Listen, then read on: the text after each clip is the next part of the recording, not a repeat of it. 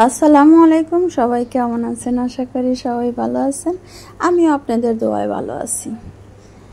তো এখন আপনাদের সাথে একটা শেয়ার করবো, রান্না নিয়ে আসলাম আপনাদের মাঝে। আমি বোয়াল মাছ দিয়ে আর পটল দিয়ে রান্না করব আর আপনাদের সাথে থাকবো। সবাই আমাকে একটু শেয়ার করবেন ভালো লাগলে। এখানে আমি বোয়াল মাছ নিয়েছি। বোয়াল মাছের মধ্যে একটু হালকা হলুদ, মরিচ, লবণ দিয়ে ভালোভাবে মেখে নেব। সুন্দর করে পিটিপিট করে সুন্দর করে মেখে নিয়ে একটু রেখে দেব। রেখে দেওয়ার পরে আমি পটল যে নিয়েছি, পটলগুলো ছিলে দিয়ে নিয়েছি। এই পটলগুলো এখন আমি কেটে নেব 4 টুকরা করে, আবার 8টা টুকরা করে, এরকম 8টা করে টুকরা করবো এক একটা পটলকে। এটাকে আমরা লতি পটল বলি, লতি পটলই বলে সবাই, আমরা বলি ছোটো ছোটো। তো এইভাবে আমি টুকরা করে নেব সবগুলো পটল। এখন ফ্রাই প্যান দিয়ে দেব, ফ্রাই প্যানে একটু তেল, তারপর মাছগুলো সবগুলো মাছ আমি ভেজে নেব। হালকাভাবে ভাজবো, বেশি জোরে বেশি বেশি ভাজবো না, কম করে ভেজে নেব হালকাভাবে।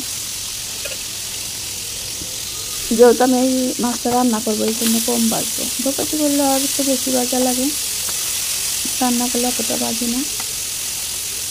হালকাভাবে ভেজে নিলাম একটু টিপিট করে। আপনারাও চাইলে ভাজতে পারেন, না পারেন, এটা আপনাদের কথা। কিন্তু আমি যেভাবে রান্না করতেছি এইভাবে আপনাদের সাথে শেয়ার করবো, দেখবেন কেমন লাগে।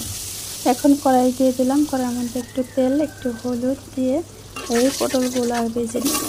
আর এটা একটু ভেজে নিলে সবচেয়ে ভালো হয়। পটলের যে একটা পাইনসা বা একটা থাকে না, ভাজাটা একটা গ্রাম আছে, এই জন্য আমি একটা সাইড করে পেঁয়াজগুলো দেবো। পেঁয়াজ দিয়ে মশলা একে একে সবগুলো মশলা দিয়ে দেবো। পেঁয়াজটা ভাজা হয়ে গেছে, এখন একটা মশলা দিয়ে দিলাম, জিরা বাটা, আদা বাটা, এগুলো আমি ভালো করে কষাই নেব। এই পটলগুলো চলে আসেন সাইডে রাখলাম না, কারণ এই পটলটা নামায় নিলে সেদ্ধ হয়নি, হয়তো ঠান্ডা হয়ে গেলে সেদ্ধ নাও হতে পারে, এই জন্য নামাইলাম না। পরিমাণ মতো লবণ সব দিয়ে দিলাম, সবগুলো দিয়ে পটলগুলো ভালোভাবে কষিয়ে নিই। একদম কষায় এখন একটু পানি দিয়ে দেবো, যাতে পোড়া না লাগে। যে কোনো তরকারি পোড়া লাগলে কিন্তু পুরো একটা গন্ধ আসে, মজা লাগে না। এই জন্য পোড়া যেন না লাগে আমরা ওইভাবে তরকারিটা রান্না করব। একটু পানি দিয়ে ভালোভাবে কষায় নিয়ে ঢেকে দেবো একটু 2 মিনিটের জন্য। ফিরে আসছি 2 মিনিট পর। এইভাবে ভালোভাবে কষায় জল দিয়ে দিব।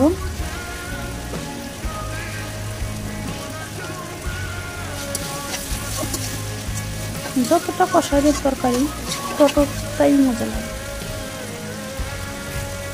যখন দেখবেন তেল উঠে গেছে তখন পানি দিয়ে দিবে, পানি দিয়ে নাড়াচাড়া দিয়ে আবার মাছগুলো দিয়ে দেবো। এখন আমি ভেজে রাখা মাছগুলো দিয়ে দিলাম, একে একে সব মাছগুলোই দিয়ে দেবো। তারপর আমি জল লাগলে দেবো, একটু পানি দেবো আমি, যেহেতু বলক আসবে তরকারিতে একটু জল থাকবে, একটু পানি দেয় যখন বলকায় নেবো আর কি। পরিমাণ মতন পানিটা দিয়ে দিলাম, ঢাকনা দিয়ে ঢাকলে একটু বলক আসবে, তখন দেখুন তরকারির কালারটা অন্যরকম চেঞ্জ হয়ে যায়। এখন দিয়ে দেবো আমি একটু জিরা ফাঁকি ফ্লেভারের জন্য। জিরা ফাঁকির ফ্লেভারটা বড় মাছ গোছ রান্না করলে আমি দিই। আর যেহেতু আমার ধনিয়া পাতা নাই, ধনিয়া পাতা থাকলে পরে ধনিয়া পাতাই দিতাম, তাহলে জিরা ফাঁকিটা আর লাগতো না। তো এখন ধনিয়া পাতা না থাকার কারণে আমি জিরা ফাঁকিটা দিলাম। এইভাবে রান্না করে দেখবেন অনেক টেস্ট। দেখুন কালারটা কত সুন্দর আসছে, অনেক সুন্দর একটা কালার।